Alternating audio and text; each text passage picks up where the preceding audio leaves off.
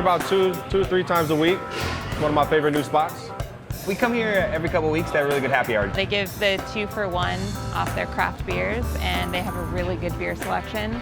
I love the atmosphere. I really like the food. I would say the favorite menu item is a downtown dog.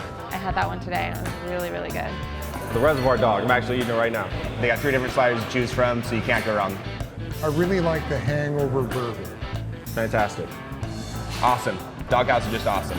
I am often asked if the fast casual segment is too crowded. The quick answer is no. But as I look to the past and then to the future, history would say that maybe a saturation point is on the horizon.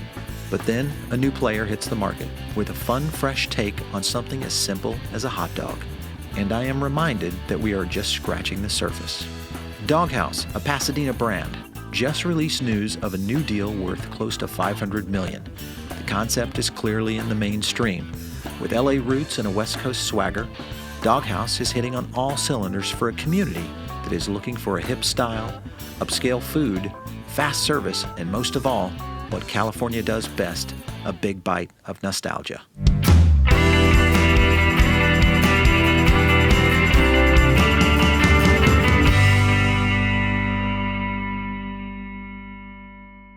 So here we are on another episode of Fast Casual Nation with Doghouse. Great to have you guys on the show finally. Thank you very much. It's good to be here. Yeah. So interesting digs. Love what you guys have done with the place. This was about, I think, the 18th or 19th Doghouse. Okay. So as we develop more stores, we kind of get a better idea of what we are, what we want to look like, and each store also has a unique feel to where it is too. You know, so we don't want to be completely cookie cutter. We're right here on this great 3rd Street Promenade in Long Beach, California. Yep. So we wanted the look to reflect that. There's obviously beautiful sun here, so that's why we have a lot of windows, let a lot of the light in.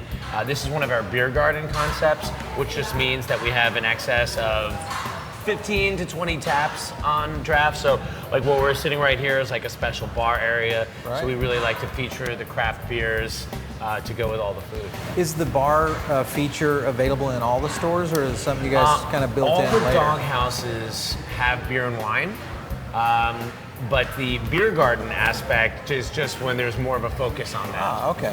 When you were developing Doghouse and the whole concept of featuring hot dogs as the primary menu item, what were some of the things you guys were thinking? Because obviously it is a mainstream product, but you know, it's still a little different than like the almighty hamburger. Yeah, but at its inception, the concept was to do a hot dog place, you know, to capture the nostalgia of eating a hot dog, but for a grown-up palate. Right, right. A hot dog and sausage can vary tremendously in quality. You have hot dogs that you can get like in a gas station where it's like 10 of them for $1, and then you have what we do, which is a much higher quality item made with excellent ingredients. So we kind of wanted to, you know, save the reputation of the hot dog. What is the process of making great hot dogs? How do you guys go through that process? Okay, well, so the menu is divided into 3 main categories. You have house dogs, which are all with a beef hot dog usually, or maybe a turkey or a veggie, and then sausages, and then burgers. So we try to keep between 6 and 7 regular builds on the menu at any one time, so it's not overwhelming. Right. And then it's based on a lot of things. Like some of the combinations have been around since Doghouse first opened in 2010, and some of the combinations have developed over time.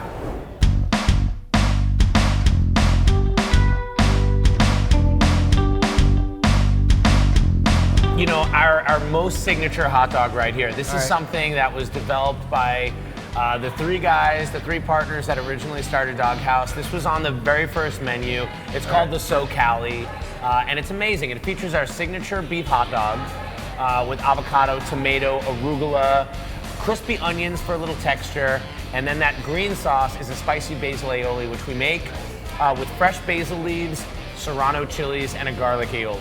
It has a good heat to it. Now, everything is also served on a grilled Hawaiian bread. So we use the dinner roll size, and you can see we use 4 as a burger bun, and 3 buns like that. 3 of those little mini buns make up our hot dog and sausage bun.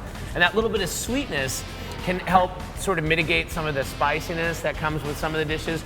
Another night in Bangkok, the Thai red currywurst is spicy because we put whole Thai chilies that are just ground in with everything. This looks good. It's my favorite. And that one I could show you is so cool on the inside. This is what I was saying. So we make these sausages, but we basically take fresh basil, cilantro, chilies, and they're ground right into it. You could see all the fresh herbs that we actually do all the time. So turkey dog is made with our signature turkey hot dog. We wanted to make a turkey dog that doesn't necessarily taste exactly like our beef dog. Right. So whereas the beef dog has sort of these more Eastern European spices like bay leaf and clove and allspice and mace, the turkey dog has that roasted herb turkey flavor, sage, rosemary, thyme, garlic, onion. And then it's just emulsified into the turkey dog shape. And then we do it as kind of like a turkey club with avocado, tomato, bacon, and ranch dressing. Great taste. The burgers, we're very proud of the fact that we use hormone and antibiotic-free beef in all the burgers. That's a large burger. That is called the fry burger. Well, the great thing about the fry burger is it's got the fries already on there. Yeah. You got fries, you got coleslaw, you got mayo, but you got that yolk. And what you want to do is, you want to do what we call the burger crush. Oh, you see that? Oh, it's a volcano. It makes its own sauce. Okay, Paul. And then the move is, Then you just shove now it in your face. you can go. Come on, have a bite. What that's like. This was unplanned, folks. This is phenomenal. This thing is trying to eat me, I think. Yeah. You do get to wrestle with it. That's some of the fun. And then this is a classic one right here. This is called Das Brat. So you have a bratwurst with caramelized onions, sauerkraut, and a whole grain mustard aioli. Wow. Are you guys finding that customers are coming in and kind of giving you ideas that help kind of innovate your menu or innovate even the concept itself? I think, people always have suggestions, and we always listen to them, and that's the double-edged sword of the instant gratification of the Yelp world of reviews, that we know what people are thinking all the time. If someone has an experience that isn't up to our standards, we know about it immediately. That's a good thing because we can address that immediately. Also, here, when people feel one way or another about a menu item that's no longer available or a new menu item that is available, we hear all of that. At the end of the day, a lot of classics are very popular. It is super comfort food with a lot of flavor. Yeah. It's that nostalgia of enjoying a hot dog, but with your grown-up palate. Yeah. This is great. Thanks for letting us stop in. We think this is going to be a big one. Thank you. Yeah, we love it. So we're excited. Thanks for letting us stop in. Awesome. Pleasure.